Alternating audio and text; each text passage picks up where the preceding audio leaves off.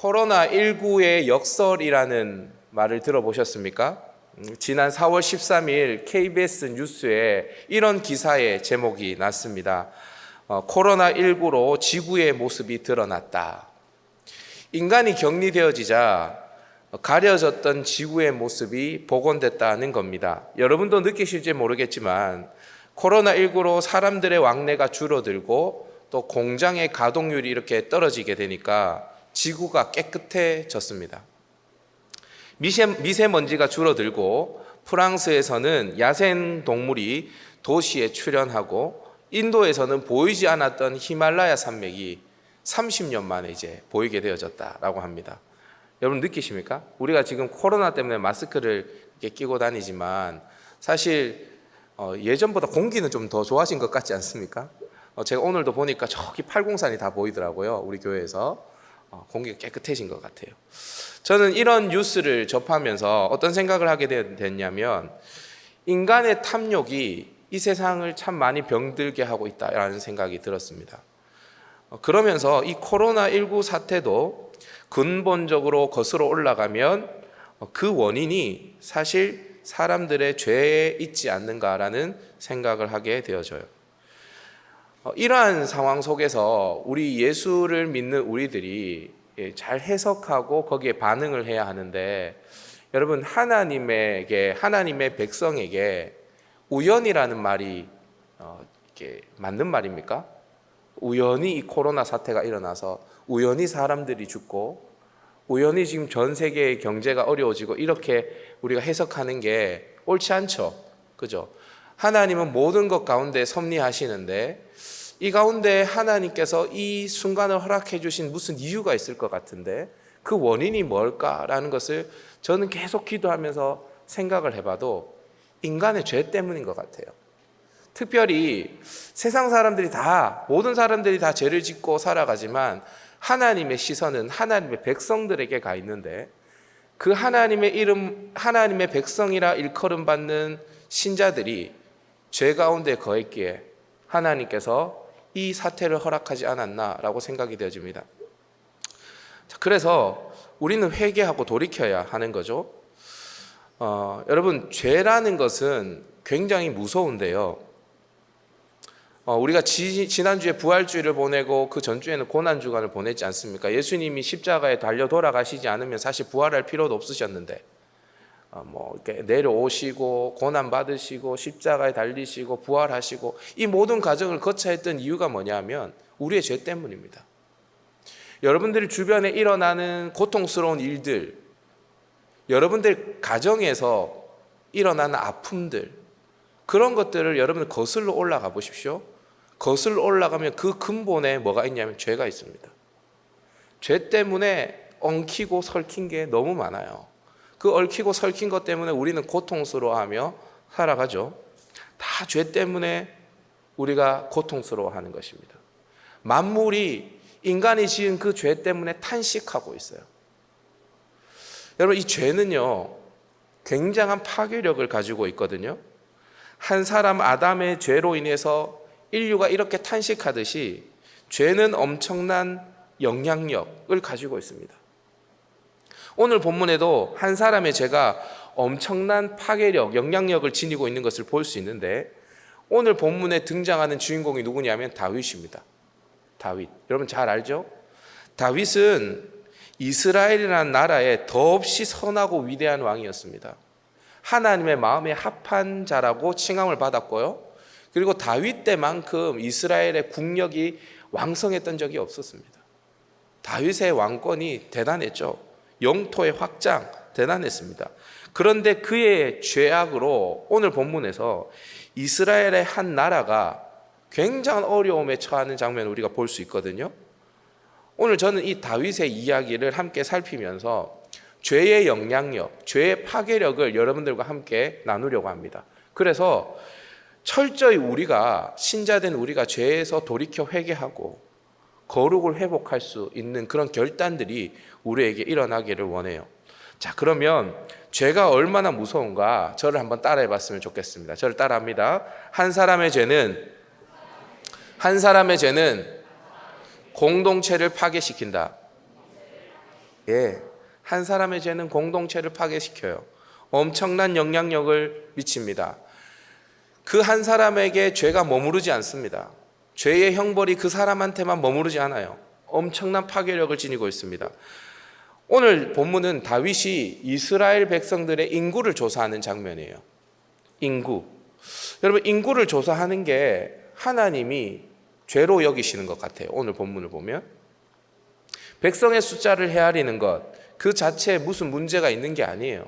우리도 오늘 예배 몇 명 드렸는지 헤아려서 예배 왔는 사람 안 왔는 사람, 온라인 예배 드리는 사람 다 숫자 파악하거든요. 그래야지 목양적으로 도움을 줄 수 있으니까, 여러분들 섬길 수 있으니까 한단 말이죠. 숫자를 헤아리는 게 아무 문제가 아닌데 또 이스라엘 백성들의 숫자를 헤아려야 사실 왕으로서 어떻게 세금을 거둘 건지 또 어떤 정책을 펼 건지 이제 생각을 할 것 아닙니까? 그런데 이게 하나님 마음에 합한 게 아니었어요. 왜 그러냐? 오늘 인구조사는 인구조사의 목적이 있는 게 아니에요. 다른 목적이 있었던 거예요. 어떤 목적이 있었냐? 오늘 2절 말씀을 한번 읽어봤으면 좋겠는데 2절 말씀 다 같이 한번 읽어보도록 하십시다. 시작. 이에 왕이 그 곁에 있는 군사령관 요압에게 이르되 너는 이스라엘 모든 지파 가운데로 다니며 이제 단에서부터 브엘세바까지 인구를 조사하여 백성의 수를 내게 보고하라 하니. 아멘. 지금 인구 조사를 다윗이 누구에게 명령 내립니까? 군사령관 요압에게 명령을 내립니다. 여러분, 인구조사의 명령을 내린다고 하면 지금으로 말하면 행정안전부 이런 데 이제 명령을 내려야 되지 않습니까? 그런데 지금 군사령관, 그러니까 국방부의 명령을 내리고 있어요. 여러분, 이 국방부의 명령을 내리는 것은 단지 백성의 숫자가 아니라 군인의 숫자를 알아보고 싶었기 때문이죠. 이러한 명령에 요압은 9개월 20일간을 전국을 돌아다니면서 군인의 숫자를 파악했고 그리고 다윗에게 그 군대의 숫자를 보고하게 되어집니다. 요압이 어떻게 보고하는지 우리 9절 말씀 한번 읽어보십시다. 9절 시작. 요압이 백성의 수를 왕께 보고하니 곧 이스라엘에서 칼을 빼는 담대한 자가 80만 명이요 유다 사람이 50만 명이었더라. 아멘.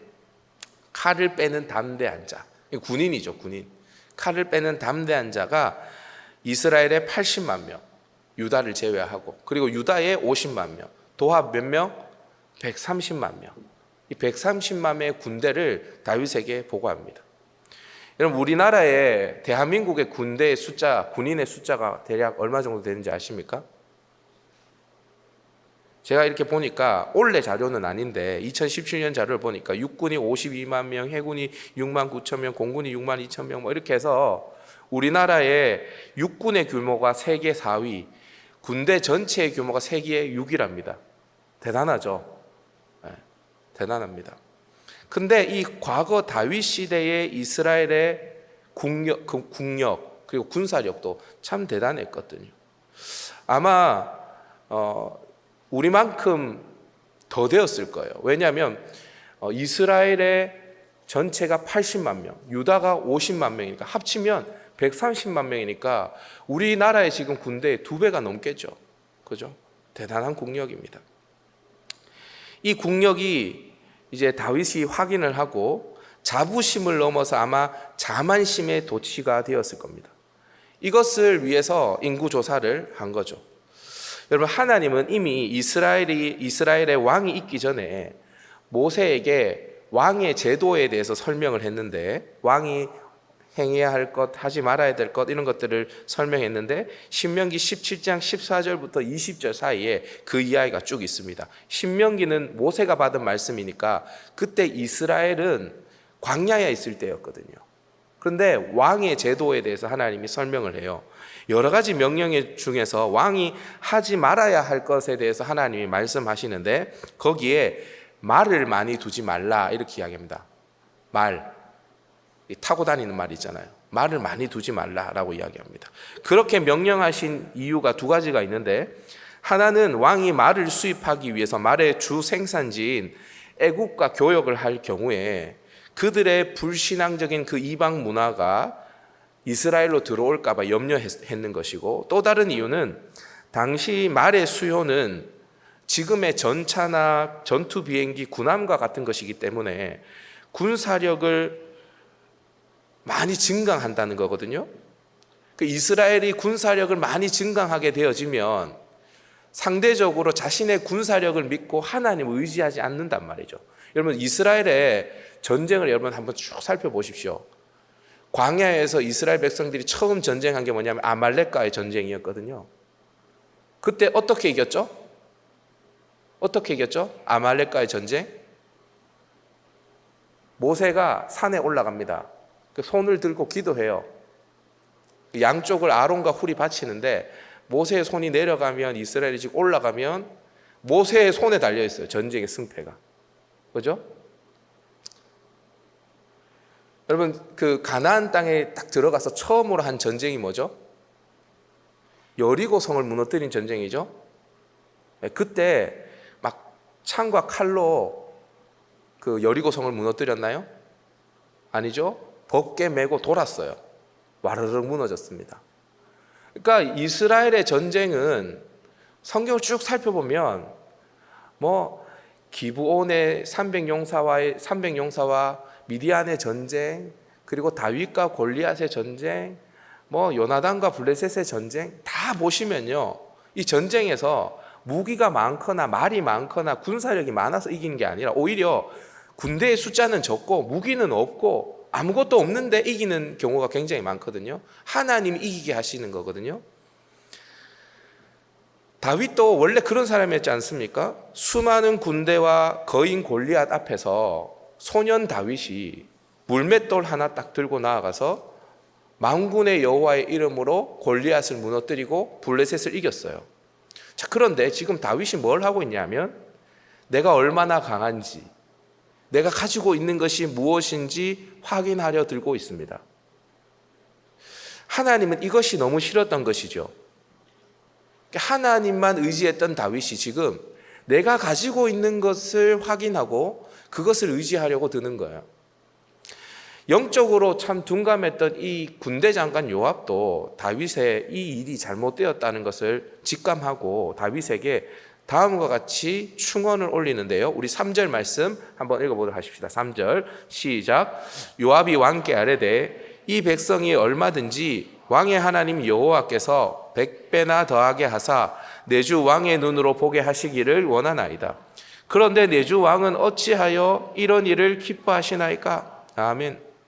지금 요압이 뭐라고 이야기하냐면 하나님, 이 백성의 숫자를, 군대의 숫자를 많게 하시는 분도 하나님이시고 적게 하시는 분도 하나님이신데 하나님이 하시면 이 백성의 숫자를 100배나 더하게 하실 수 있는데 왕이 왜 지금 당신이 가지고 있는 것을 확인하려고 듭니까? 라고 지금 이야기를 하는 거죠. 이 요압의 만류에도 다윗이 요압과 군사령관에게 재촉을 해서 이 인구조사를 하게 합니다. 그래서 이스라엘의 재앙이 닥쳐요. 여러분, 이게 죄라는 것을 다윗도 직감을 하거든요. 성경에 있는 분들은 10절 말씀을 한번 보시면 뭐라고 이야기하냐면 다윗이 백성을 조사한 후에 그의 마음에 자책하고 다윗이 여호와께 아뢰되 내가 이 일을 행함으로 큰 죄를 범하였나이다. 다윗도 이게 죄라는 것을 이후에 알게 되어졌거든요. 그래서 하나님께서 이스라엘 백성들에게 재앙을 내리는데 15절을 보면 이스라엘 전역에 전염병을 내려가지고 자그마치 7만 명이 전염병으로 죽게 되어집니다. 전염병. 이 코로나19 같은 이 전염병을 하나님께서 그게 코로나인지 사스인지 뭐 뭔지는 모르겠지만 전염병을 내리셔서 7만 명. 7만 명. 지금 대한민국에 200명 조금 넘게 죽어도 사람들이 이렇게 두려움에 빠져 있는데 7만 명이 죽었어요. 전염병 때문에. 어땠겠어요, 여러분? 난리가 났겠죠. 근데 여러분, 이 재앙이 한 사람 다윗의 죄 때문에 일어나는 거예요. 저는 이 본문을 보면서 하나님한테 이렇게 따졌거든요. 아니, 다윗이 인구조사를 해서 잘못했는데 왜 7만 명을 죽입니까? 그 죽은 7만 명은 뭡니까?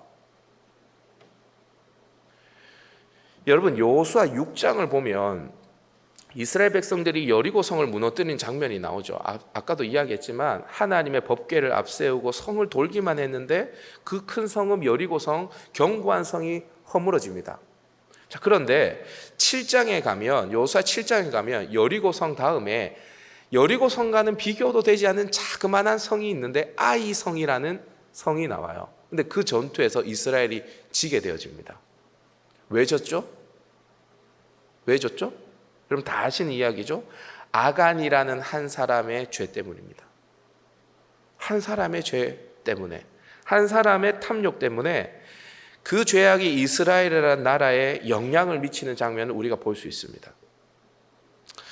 여러분, 우리도 알게 모르게 누군가에게 좋은 영향을 끼치기도 하고 나쁜 영향을 끼치기도 합니다. 여러분 꼭 기억하십시오. 나 한 사람의 죄가 공동체를 파괴시킨다는 것을 여러분 기억하셔야 됩니다. 이렇게 생각할 수 있어요. 목사님, 다윗은 왕이었으니까, 왕이 죄를 지었으니까 하나님께서 크게 심판하신 거죠. 저는 갈릴리 담당 목사님도 아니고 함장도 아니고 갈릴리 회장도 아니고, 그래서 제가 죄 지어도 우리 갈릴리에 별 영향력이 미쳐지지 않습니다. 별로 나 죄 때문에 갈릴리가 파괴되어지지 않습니다. 내 죄로 인해서 이 나라 이 민족이 어려움을 겪지 않습니다. 내가 대통령입니까? 국회의원입니까? 난 아무것도 아닌데, 이렇게 생각할 수 있는데요. 아니요. 내 죄 때문에 가정이 파괴되어질 수 있고요. 내 죄 때문에 교회가 짓밟힐 수 있고요.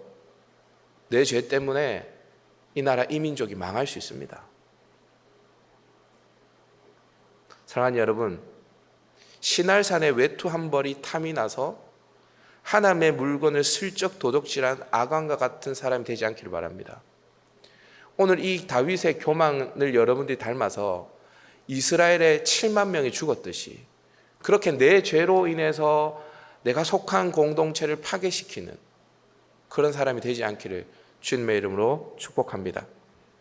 또 죄의 영향력이 얼마나 대단한가, 저를 한번 따라해 봅시다. 공동체의 죄는 한 사람에게 영향을 준다. 예, 한 사람의 죄가 공동체를 파괴시키고 공동체에 영향을 주는 것뿐만이 아니라 어떠한 공동체가 거룩을 잃어버렸을 때 그 한 사람에게도 영향을 미쳐요. 자, 오늘 본문은 다윗의 교만이 이스라엘의 재앙으로 다가오는 장면처럼 느껴집니다. 근데 여러분, 다윗을 좀 아시는 분들은 이게 좀 이상하다라는 걸 느낄 겁니다. 앞서서도 말씀드렸지만 다윗은 굉장히 하나님을 의지했던 사람이거든요. 자기의 손에 물맷돌을 들었지만 사실 물맷돌을 의지한 것도 아니고 내가 만군의 여호와의 이름으로 나아가노라, 그렇게 골리앗을 무너뜨린 사람입니다. 다윗이 쓴 시편을 여러분들이 잘 한번 읽어보십시오. 다윗만큼 하나님을 의지했던 사람이 없어요.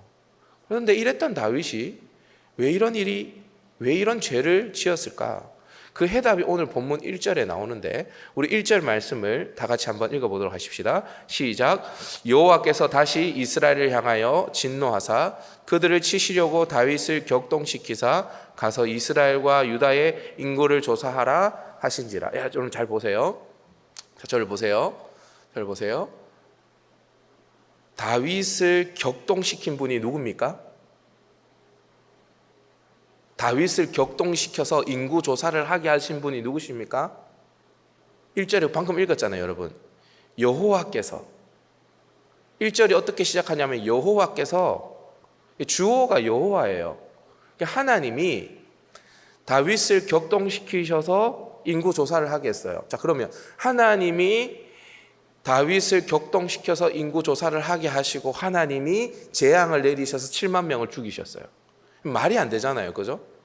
이 말이 안 되는 부분을 이해하려면 오늘 본문과 병행 구절인 역대상 21장 1절 말씀을 읽어봐야 되는데 우리 다 같이 한번 읽어보도록 하십시다. 시작. 사탄이 일어나 이스라엘을 대적하고 다윗을 충동하여 이스라엘을 계수하게 하니라. 자막 유지.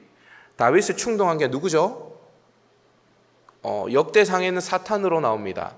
자, 그러면 사탄이 한 겁니까? 여호와께서 하신 것입니까? 같은 성경이잖아요. 누가 한 거죠? 여러분, 이것은 욥의 시험과 같은 상황인데요.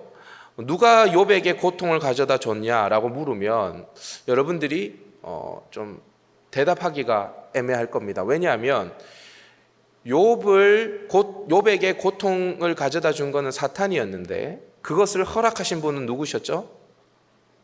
하나님이셨죠. 하나님이 허락하셨습니다. 자, 그러니까 하나님의 결재가 떨어지지 않으면 사탄도 욥을 시험할 수 없었던 것이죠. 마찬가지입니다. 다윗의 마음도 마찬가지죠. 다윗의 마음을 격동시킨 것은 사탄이 하였고 이것을 하나님께서 허용하신 것입니다. 자, 자막 내려주십시오. 하나님이 허용하신 것이죠. 자, 그러면 하나님이 왜 다윗이 인구조사를 하도록 사탄이 다윗의 마음을 충동질할 때 그것을 그냥 내버려 두셨을까? 이게 중요한 것 아닙니까? 그 이유가 오늘 본문 1절에 나오는데 다시 한번 읽어보도록 하십시다. 시작. 여호와께서 다시 이스라엘을 향하여 진노하사 그들을 치시려고 다윗을 격동시키사 가서 이스라엘과 유다의 인구를 조사하라 하신지라. 아멘.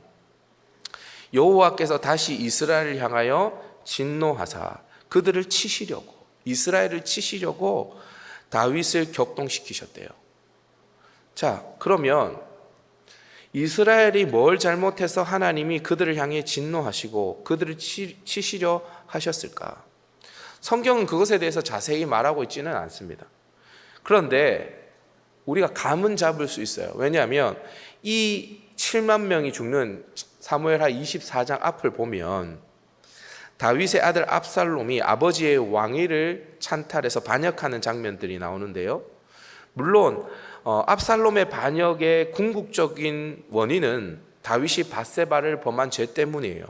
그런데 다윗이 지은 죄 때문에 다윗이 형벌을 받는다고 하더라도 압살롬과 그의 반역에 동참한 자들을 묵인한 이스라엘의 죄는 없어지는 게 아니죠. 성경을 잘 읽어보면 압살롬이 반역을 일으킬 때 군대 장관 요압이 함께합니다. 요압은 그 당시에 대단한 힘을 가진 군대 장관이었어요. 국방을 다 총괄했던 사람이었습니다. 그리고 제사장 아비아달이 함께합니다. 압살롬과.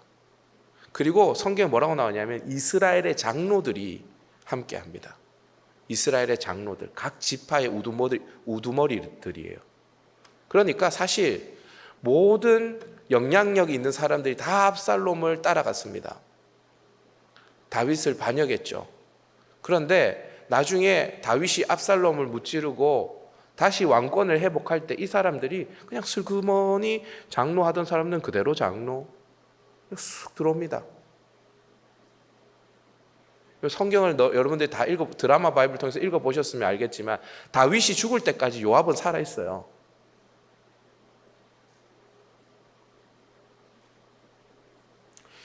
여러분, 이 압살롬이 반역할 때에 이스라엘 백성들이 그대로 쑥 아무 일 없다는 듯이 다윗이 왕에 오르자 아무런 회개가 없이 그냥 슬그머니 다윗 편으로 들어왔습니다. 이것은 하나님 앞에 옳지 않는 모습이었죠. 하나님이 이스라엘을 향해서 진노하셨습니다. 하나님께서 이스라엘 심판하시기 위해서 다윗을 도구로 사용하신 것이죠. 그래서 다윗을 통해서 이스라엘의 7만 명을 심판하신 것입니다. 여러분, 우리 공동체가 거룩해야 하는 이유가 무엇인가? 그 공동체의 거룩성이 나의 거룩함에도 영향을 미치기 때문입니다. 따라서 우리가 속한 가정, 직장, 교회, 그리고 나라에서 거룩한 공동체로 그 가정이, 교회가 세워질 수 있도록 우리가 모든 힘을 다해야 하는 거예요.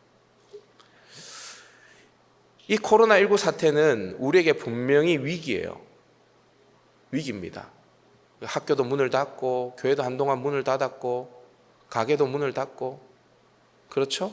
그런데 위기이지만 어쩜 기회일 수 있습니다. 언제나 어려움 속에, 위기 속에서도 반전을 이루어낸 사람들이 있어요. 그런 사람들은 어떤 사람이냐? 그들의 문제의 원인과 해결의 맥을 정확하게 알고 괴롭고 아프지만 자신의 실종과 직면하여서 그 밑바닥에서 다시 시작하는 그 사람들을 통해서 공동체는 다시 세워지고 다시 기회를 얻게 되어지고 다시 반전을 일으키게 되어집니다. 우리는 이 시대의 아픔 앞에서 자신의 죄와 직면을 해야 합니다. 만약 우리가 철저하게 회개하고 거룩을 회복한다면 하나님께서 오히려 우리에게 기회를 주실 것입니다. 만약 교회가 이 기회를 가지고 다시 자신의 죄를 회개하고 하나님 앞에 돌이킨다면 하나님께서 다시 교회의 부흥을 허락하실 것입니다. 만약에 우리가 철저하게 하나님 앞에 통해 자복하면서 우리의 죄악을, 교회의 죄악을 하나님 앞에 아뢰고 거기에서 돌이킨다면 하나님께서 다시 교회에 부흥을 주시고 교회를 통해서 이민족을 살리시고 평양 대부흥의 역사를 다시 일으켜 주실 것입니다. 기회입니다. 아주 단편적으로 교회가, 물론 우리가 언제 교회를 다시 오픈해야 할지, 또 우리가 갈릴리는 어떻게 해야 할지, 온라인에 머무르고 있는 성도들을 어떻게 다시 회복시켜야 할지 여러 가지 많은 것을 의논할 수 있지만 또 해야 하지만 그 근시안적이고 단순한 것들만 고민하는 것이 아니라 근본적으로 우리가 어떻게 우리를 개혁하고 돌이켜야 할지를 하나님 앞에 성찰해야 합니다. 만약 그것이 있다면 교회는 다시 비상할 것입니다. 우리는 다시 회복할 것입니다. 아니, 그냥 회복하는 정도가 아니라 다시 놀랍게 통일 한국 시대, 성결 한국 시대를 우리가 만들어낼 수가 있어요. 그렇지만 만약 교회가, 신자들이 이러한 사태 속에서도 자신의 죄를 발견하지 못하고 대충 넘어간다면 코로나19 사태는 끝날 수 있겠지만 교회는 세상 속에 버려져서 짓밟히는 소금처럼 될 거예요. 아무런 영향력 없이. 그럼 지금 우리가 해야 할 것은 회개입니다. 거룩을 회복하는 것입니다. 사회적 거리를 얼마나 두고 예배를 드릴 것인가 이런 거 고민해야 될 게 아니라 우리의 죄가 뭔지를 찾아내야 됩니다. 나의 죄가 무엇인지, 우리 갈릴리 공동체의 죄가 뭔지, 나는 갈릴리 목사로서 어떤 죄를 범하고 있는지, 무엇을 돌이켜야 하는 것인지, 그게 종교적인 영역에서만 일어나는 것이 아니라 우리의 삶의 전 영역에서 일어나야 하는 것입니다. 제가 어떤 지체랑 이야기를 하는데 그 지체가 그런 얘기를 하더라고요. 목사님, 이 코로나 이 사태를 보면서 이 사태가 우리의 죄 때문인 것 같아요. 이 세상이 우리 때문에 병드는 것 같아요. 그래서 자기가 원래는 분리수거를 잘 하지 않았는데 분리수거를 그때부터 열심히 한다는 거예요. 그걸 깨닫고 난 다음부터. 어느 정도로 열심히 하냐면 요구르트를 먹으면 그 요구르트에 그 플라스틱에 비닐이 이렇게 쌓여져 있지 않습니까? 그죠? 그리고 요구르트를 먹으면 그 다 먹더라도 그 병 안에는 요구르트 그 액이 남아 있을 것 아닙니까? 조금은. 그러면 그거는 분리수거를 못 한다는 거예요. 여러분 그거 아셔요? 그래서 그 비닐을 잘라서 비닐 위에 버리고 그리고 물로 헹궈서 하고 난 다음에 플라스틱 분리수거함에 버린다는 거예요. 여러분 이게 회개입니다. 회개는 눈물 찔찔 짜고 울고 끝나는 게 아니라 이게 회개예요. 구체적으로 내 삶의 변화가 있는 것, 그것이 내 삶의 모든 영역에 있는 것, 모든 영역에서 그것이 일어나는 것. 그냥 헌금 잘 드리고 이게 아니에요. 내 삶의 모든 영역에서 회개가 일어난다면, 그렇게 교회가 변화되어진다면 하나님께서 우리에게 반전의 은혜를 주실 것입니다. 사랑하는 여러분, 우리가 영적인 아간이 되지 맙시다. 교만했던 다윗과 같은 사람이 되지 맙시다. 그래서 우리가 속한 공동체를 우리가 파괴시키지 맙시다. 우리 교회를, 우리의 가정을, 이 나라 이 민족을, 세계 열방을 우리가 회개함으로 지켜내십시다. 동시에 우리가 속한 공동체에도 죄가 틈타지 않도록 우리의 공동체의 거룩성을 지켜나가십시다. 회개할 것이 있다면 회개하십시다. 하나님께서 이 조국 교회와 이 민족을 하나님께서 회복시켜 주실 것입니다. 이 시간 한번 기도하면서 나아갔으면 좋겠는데요.